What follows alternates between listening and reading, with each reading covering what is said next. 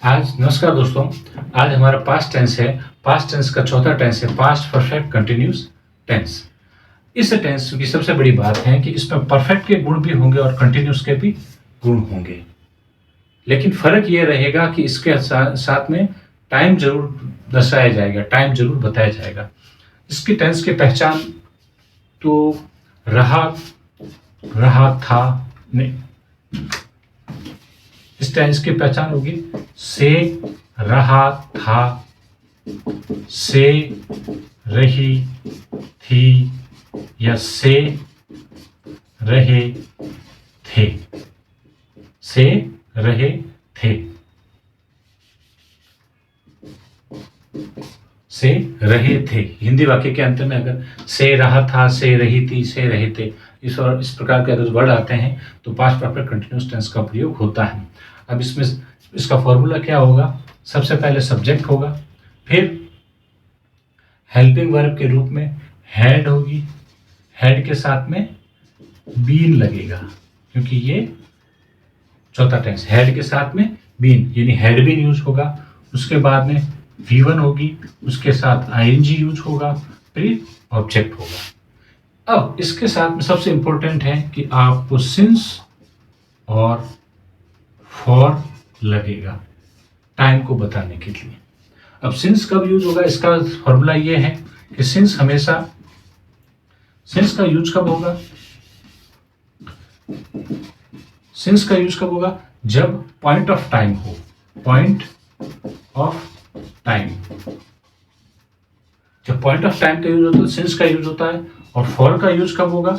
जब period of time हो, period of time,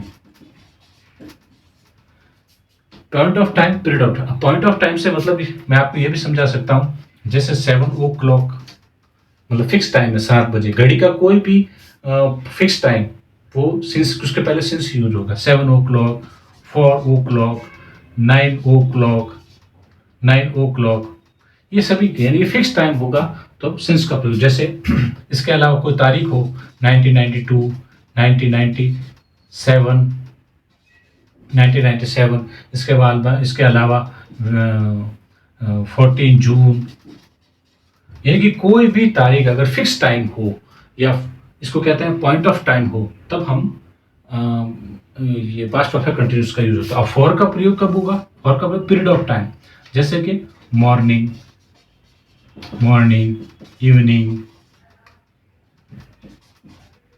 morning, evening, evening, afternoon, 2 days before, from 7 days, from 72 to till now।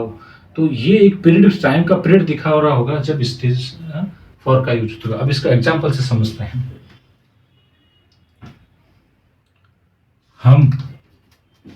हम सुबह से पढ़ रहे थे। पहचान क्या थी? रहा था, रही थी। ये रहे थे से तो पता लग गया कि पास्ट परफेक्ट रहे थे, सुबह से रहे थे। इससे पता चल गया कि से रहे थे यानी कि पास्ट परफेक्ट कंटिन्यूस टेंस है।